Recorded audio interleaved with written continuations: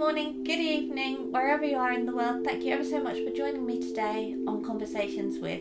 Today I've got Erin Daniels with me, who works on all things digital within the creative field. Thank you so much for joining me today. So in my introduction, I said that you're a creative in all things digital.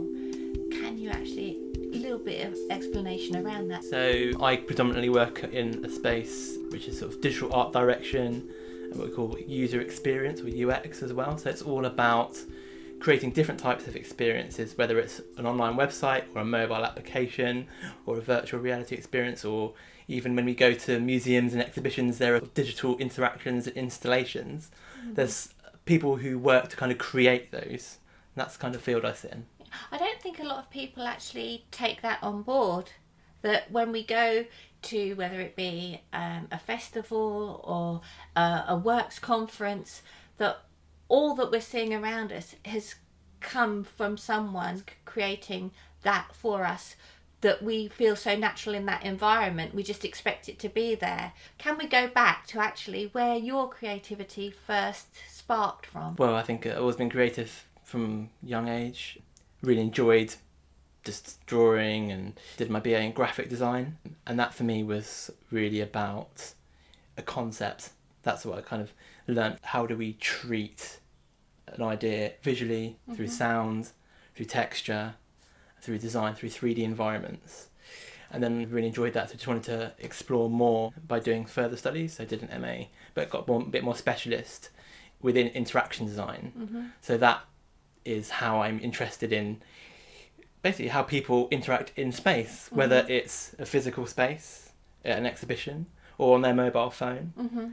People have to interact with what you're making, and that's kind of what excites me. I find that when we think about creativity, we were talking earlier, when we think about creativity, some people have it down to a painting or to creating music, but could you just explain what you said to me earlier about it being so much more than that? Yeah, I think creativity is all-encompassing sphere. It is definitely a way of thinking, and it shouldn't be limited to a painting or a drawing or a sketch or a piece of writing. That are things that we traditionally think, that person's a creative person because they do this particular activity. Creativity can come from many things. Entrepreneurship is very creative. Working in all different types of environments. Mathematicians, as we discussed earlier, relationship between code for a website and poetry. It's both a written language. Absolutely. When you were at Leeds, at the university, because you were having a taste of all different things, that's been enable you to bring all those skills into... Definitely. And I always sort of say to people who I work with or begin to collaborate with that I'm not limited by any one media. I'm almost agnostic, because the idea is the first thing, and then it's the treatment of the idea and the execution of the idea that can form how you want it, whatever you want it to be, like the most appropriate form of media. So if it's a painting, great. If it's a film, great. If it's a piece of sound design, great. But the idea is at the core. Absolutely. And that was really nurtured by your tutors? Yeah, I remember one particular session actually when he was questioning us, going, what is design? And then he, no one could truly answer it, and he just went, it's an idea. It's all about an idea. Then you go to your masters at St Martin's. Yeah. And everyone has this view that, go to St Martin's, best place. I remember going round looking at it for my son, and at one of the buildings, which was part of the university, it wasn't built for artists because it was so cramped and dark and dingy. But the main campus was self-built, wasn't it? So when I was there, they were just actually building the new King's Cross one. So they had the one you're describing, that one in Holborn, which is kind of quite, it's quite like a labyrinth, isn't it? But then there was a few different sort of campuses, and it's all about meeting different types of people there as well. So people were there to do different things, and even with the course I did, there was people more interested in certain areas, more photography, more typography. Like really, you can get quite niche.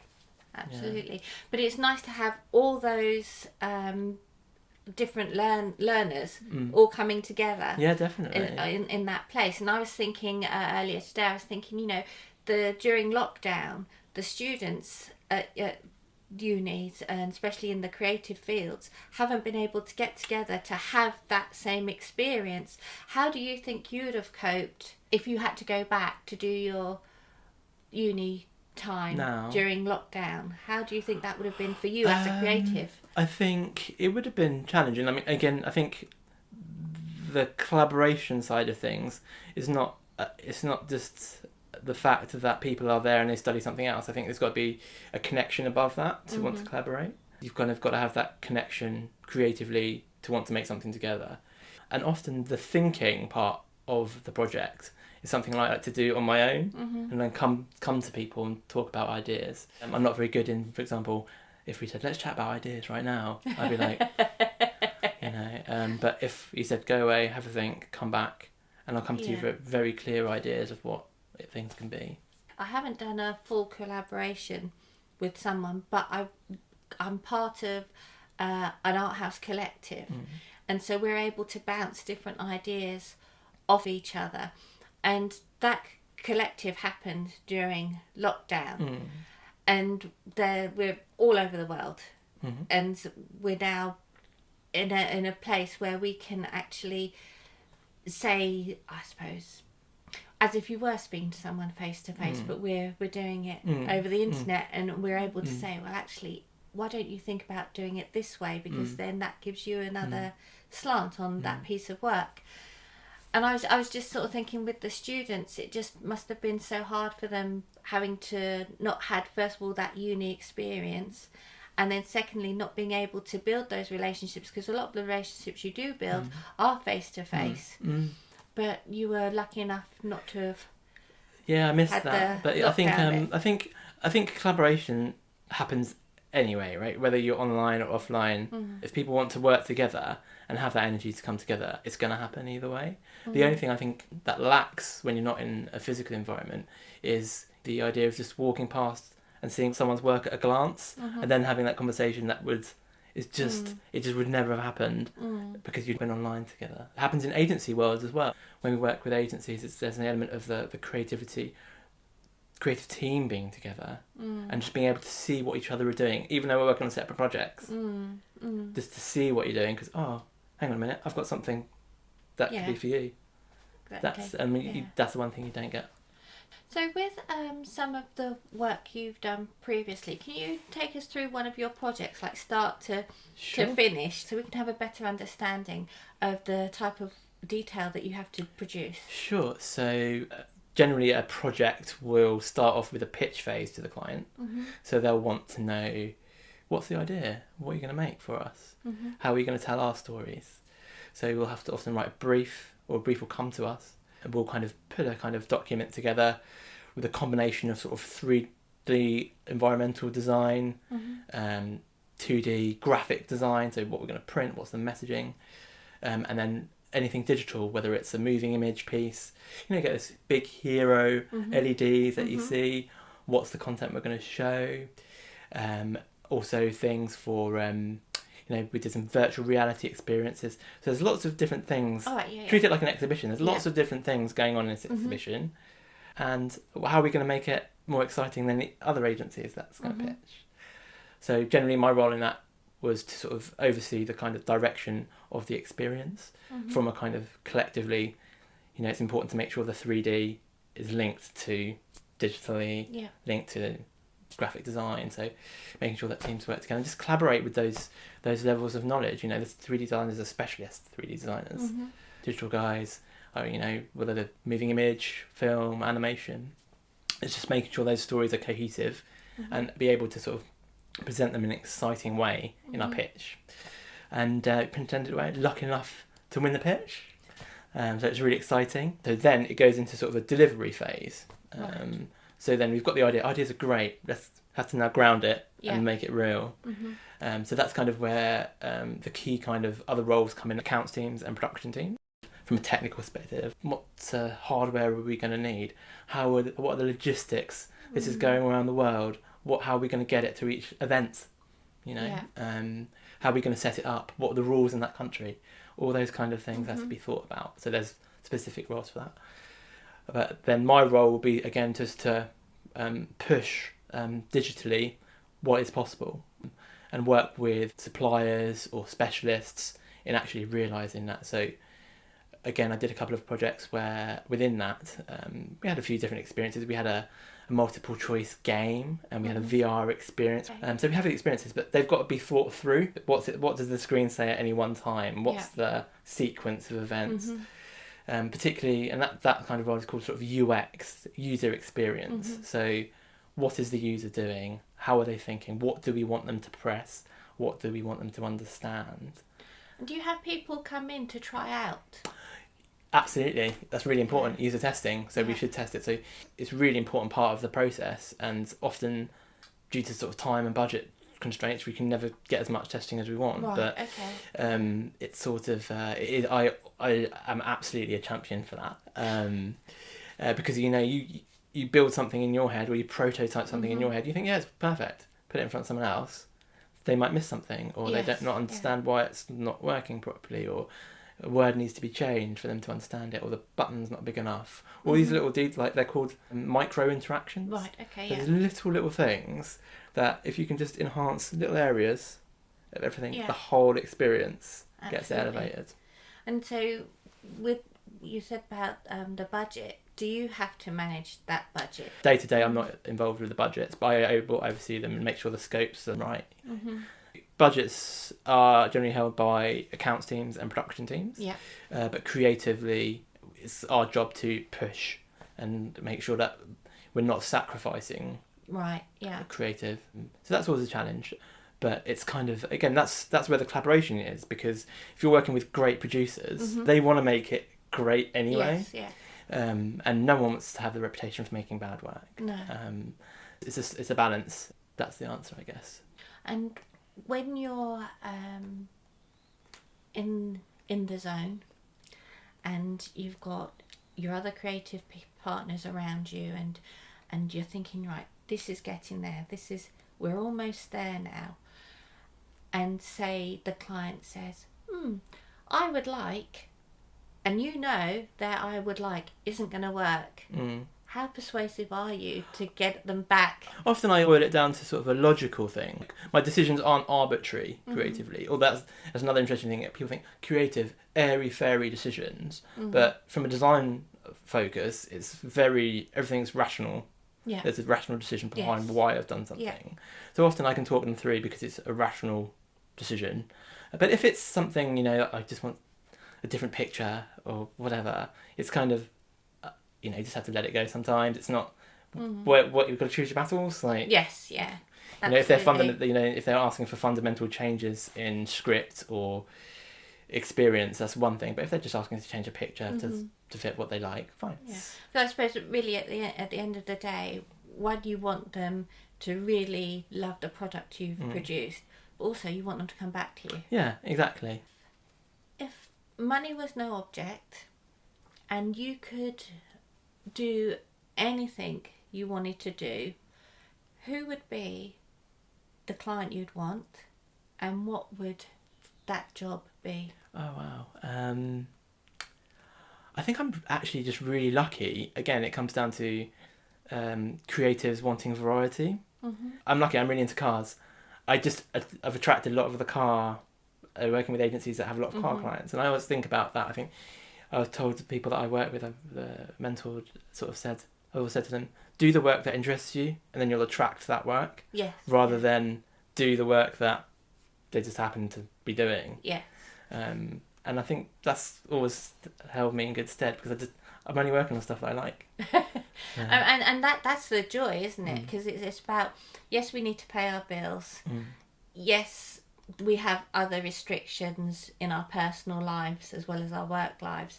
But if you can actually get up and go to work, and some days are going to be crappy, but other days, on the whole, you're thinking, yeah, this is giving me joy, isn't it? And I think as a creative person myself, it's just so wonderful that we can have that joy in what we're doing. Absolutely. But we don't take it for granted either. No, absolutely not. No. We're very lucky and able to be doing what we're doing, and sometimes it is being at the right place at the right time to make that connection for someone to see your piece of work, or even overhear a conversation. Yeah. I've been at art fairs and I've been chatting to another artist, and someone else has heard what we've said, and they come over and said, "Oh, excuse me, do you do such and such?" And you go, "Oh, yes, I do." Oh, nice, nice. So it's Yeah. it's just about, I suppose, with the joy part that, but when you actually produce that piece of work and your client says, "That's it, Aaron, that's exactly what I wanted," that must make you just feel... It is satisfying. Like, again, that's it, because I think that's I enjoy seeing people interact with my work. You know, it's from like an interaction design perspective. I'm always thinking about what's their experience, and if they're having a good experience, that's exciting for me. And I'd like to speak to you about your podcast, The Healthy Creative. Now, you've got your first series on there, which I have really loved, really enjoyed. You know, Netflix and people binge watch. I binge listened your podcast. Good to hear. Good to hear. Because it was just so engaging and informative, and the guests you had were so interesting, and the questions you asked. But can I ask, how do you choose your guests? You've had brilliant guests. I've got lucky, I think. I think, again, it's just sort of what interests you. Again, I'm into cars, so I want to speak to the top car designer. So whatever area it is, I try to speak to people who are really, interesting in that field, or that's it really. It's just also what the podcast is about is that variety of creativity, and also I want to encourage people who the inspiration from it came from a place where I've heard the phrase over and over again, which is, "I'm not the creative type." Yeah. And it frustrated me so much. And I just wanted to make a podcast which was all about creativity if you're not a creative type. Yes. So it's not language which is, what's the word? Up your own arse, or I don't know. Like, it's not. It's not highfalutin. No, it's not like that. It's just down to earth. It's grounded. Yeah. Normal people who just make nice work. One of the guests that I really enjoyed that you had on was automotive designer Frank Stephenson, and he was so good you had to have him in 2 parts because he had so much to say. How do you get over the nerves of speaking to someone like that you do admire their work? I think it's just, when you do it a few times and you speak to people. Frank wasn't the first person I recorded in the series, so I've got used to how I speak, how I researched. Obviously researched them before, and so the kinds of questions you want to ask. But also it's just about listening to what they have to say, and that's what I'm more interested in. I'm not interested in me talking, I'm interested in Frank talking. And Frank's it was so passionate, and what was great about him was he was almost just a download of consciousness, of all those years of experience. Imagine someone just going boom. That's what it felt like. It Absolutely, was great. I can imagine that. I imagine that you're like an absolute sponge soaking it up. When I'm listening to your podcasts and the guests you have, I always have a notebook because I like to make notes about what they're saying.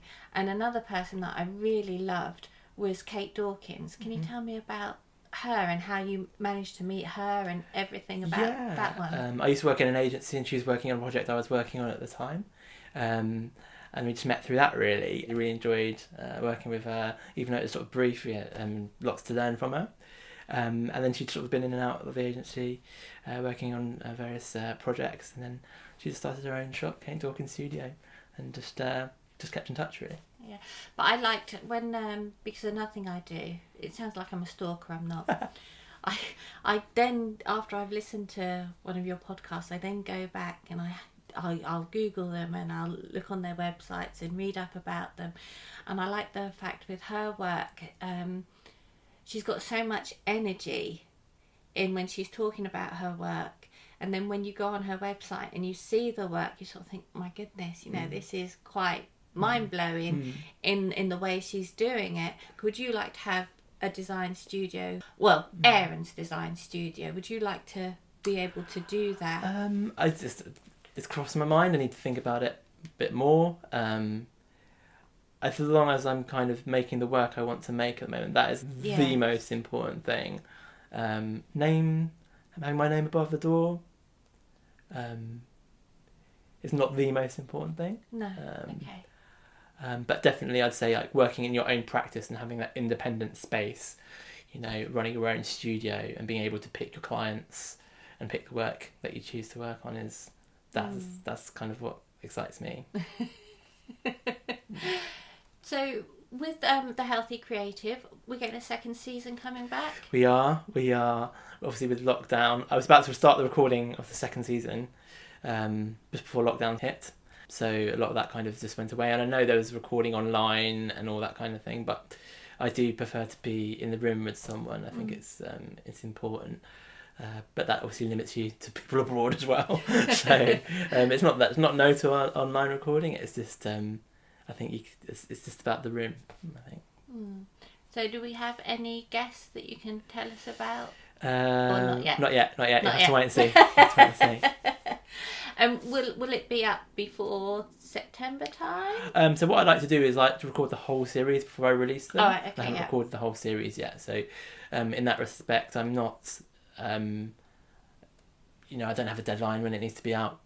It's about finding the right people, having the right conversations, and just making a really exciting series that people are wanting to listen to. I must say, people do really need to listen, because not only have you had Kate and Frank, but you've also had children's book writers. You've got a horror writer, filmmaker. Yeah, not only people that are massively successful in their field, but up and coming people as well, and people that are just trying to make it and push forward. It's balance, No, I do enjoy that. When we're thinking about creativity, what do you like to do in your downtime? Because I know it's not all digital. So for me, downtime is time away from the screen. A lot of digital work, predominantly, a lot of it is on screen. So downtime for me would be doing woodwork or painting or writing, or just going to think. I was actually in the gym yesterday and I was thinking, I need to think about something. But then I thought, actually, no, I don't need to think about anything. So there's that kind of balance between always having to have something on your mind, always having a problem to solve, and then actually, no, I'm just going to go to the gym and not have anything to do. Yeah, sometimes you just need to have that free headspace and allow yourself to have that. And I think that's what a lot of people over lockdown struggled with, was that they had this space, but they never had to use it before. And so we had, in the first lockdown, everyone was baking. In the second lockdown, everyone's now buying art materials. And hopefully a lot of those people will keep those creative side parts going. Hopefully, yeah. To give them a balance in their life. Yeah, Otherwise definitely. it's just too much in your head. Yeah, I think definitely the other thing I'd say is when I have to think about solutions for projects, they never come to me when I'm sitting at the screen, ever. I know where they come to me, anywhere but the screen, basically. It's the gym or walking down the road or just on the train. And then the screen or the computer is purely a device to execute the idea, to show someone else. It's never the thing that gives me the answer, ever. I know you've started painting again. You've got your paints out. Got my paints out. And you're starting painting again. Is there a part of Aaron that would like to just be in front of an easel rather than the screen? Yeah, I think definitely it is a much more relaxing space to be in, definitely. And what I like about it is I can take my time over it. There's always a deadline with the screen, so with the canvas I can take a coffee, wander around, think about it, look at it, start again. No one's asking me for it. No. And that's kind of what I like about pleasure. Yeah, that's what I like about the work. I have a very clear line between people ask, is your personal work and client work, are they the same? I think I have very clear boundaries where client work is client work, personal work is personal work. I can choose the budget, I can choose materials, I can choose every element of it. There's no one suggesting what I couldn't do on it. So. And lastly, I've just got a few quick fire questions. So you've got to be quick. Okay. No thinking. I can't think. Your favourite colour? Scarlet red. London or New York? London. Acrylics or oils? I've never used oils, so Oh, okay. always been acrylics. Okay. curry or fish and chips? It's got to be a curry. Curried fish and chips. No, curry. And just to put you on the spot one last time, people may have noticed a resemblance between the two of us. We're actually cousins, and Aaron's the baby of the family. So, who's your favourite cousin? Michael.